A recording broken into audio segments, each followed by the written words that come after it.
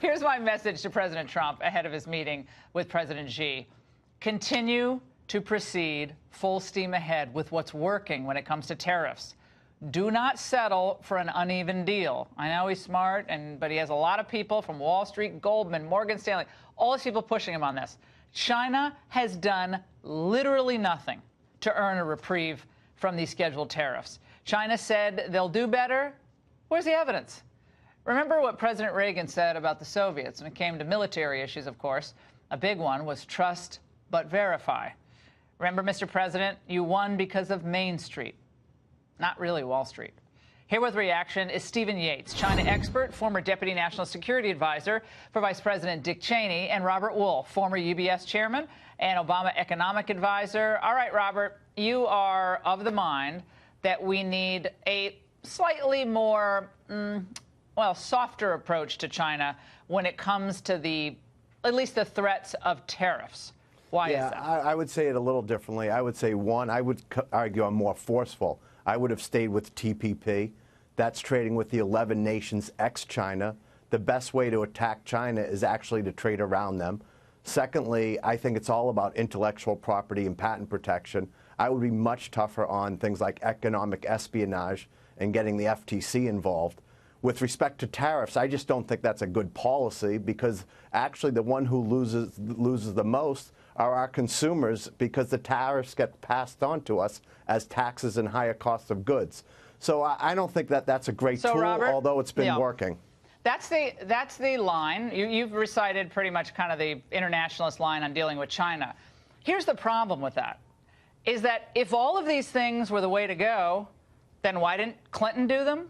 Why didn't Obama do them? Why didn't Bush do them? Why year after year after year did we have an expanding trade deficit with China, and they became more bold, more aggressive, and frankly more vicious in how they ran their trade regime, how they dealt with U.S. companies? Little company up in, not little, but a company up in Minnesota. I'm just giving you an example, Cambria. They do quartz countertops. They just got a decision, I think it was at the International Trade Court, against what China had been doing. Quartz countertops. They ripped off all their designs, put cheap product into the United States, probably toxic, and we have real jobs on the line in Minnesota. Real jobs.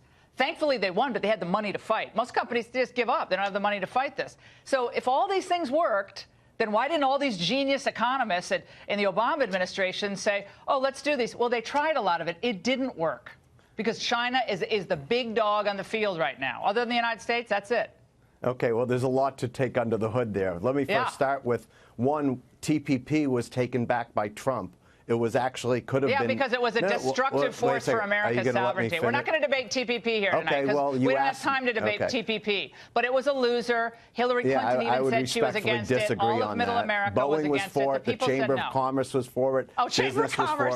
You just made my point for me, if the Chamber of Commerce is for TPP. Okay. Yeah. Well, Chamber of Commerce is good for what the bottom line is for American business when certain businesses are able to send a lot of work overseas. I get that, but it's not been good long-term for the U.S. economy. Laura, tariffs have hammered agriculture, which is why we needed a bailout. Yeah. Is that accurate or not accurate? I think we bail out our own agricultural subsidies too much. I have an interesting point to make on soybeans in a second, so I'm glad you raised that. Right. Stephen, let's go to you on this, because, look, I think Robert does represent a dominant view on Wall Street. They do a lot of business in Asia. I don't blame them. I don't blame Wall Street for wanting this, wanting a more conciliatory approach to China, because Wall Street got really, really rich as Middle America lost millions and millions and millions of jobs. And we bled about, what, $8 trillion from the U.S. economy because of these bad scenarios with China. But I don't really blame Wall Street. I blame the U.S. government.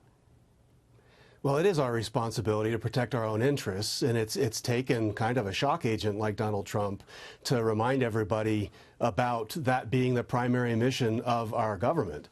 And when we go into these negotiations, it's not to help make life better for the Chinese people. That might be a nice secondary consequence if they're looking to improve their livelihoods. It's to improve the livelihood of American workers, consumers, all those interests.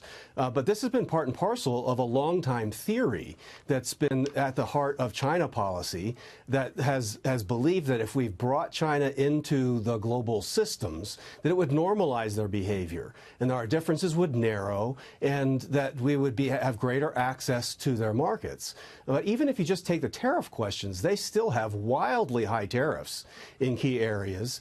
And the WTO has had seemingly no impact on that. And behind the scenes, it's not just Americans who broadly think a change in course was called for.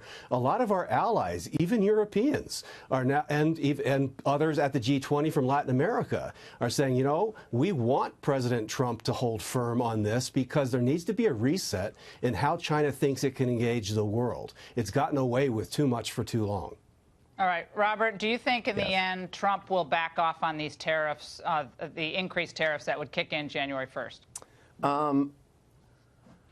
I think not. I don't think there'll be a real agreement coming out of it. I think that. But a pause? There'll be a pause. I think there'll be a pause probably for 3 months and say we have negotiations. The market will love that. He'll feel really good about the market loving that with what the Fed's kind of said recently going into Christmas time. So I actually think he'll allow the pause, but I think you'll hear the rhetoric starting literally January 2nd.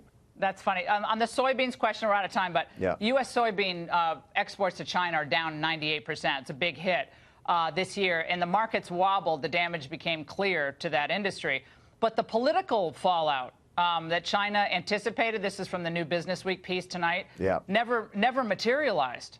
In the Republicans midterms. Lost a net total yeah. of 1 seat in Kansas, which is soybean country, 1 seat. Yeah, but I just got to play the other side. But on the blue wall, they lost Michigan, Wisconsin, and Pennsylvania. But it wasn't China. The China tariffs are popular there, but they were not lost in the for other auto reasons. sector. It hasn't been. All right, guys, thanks so much. For having me.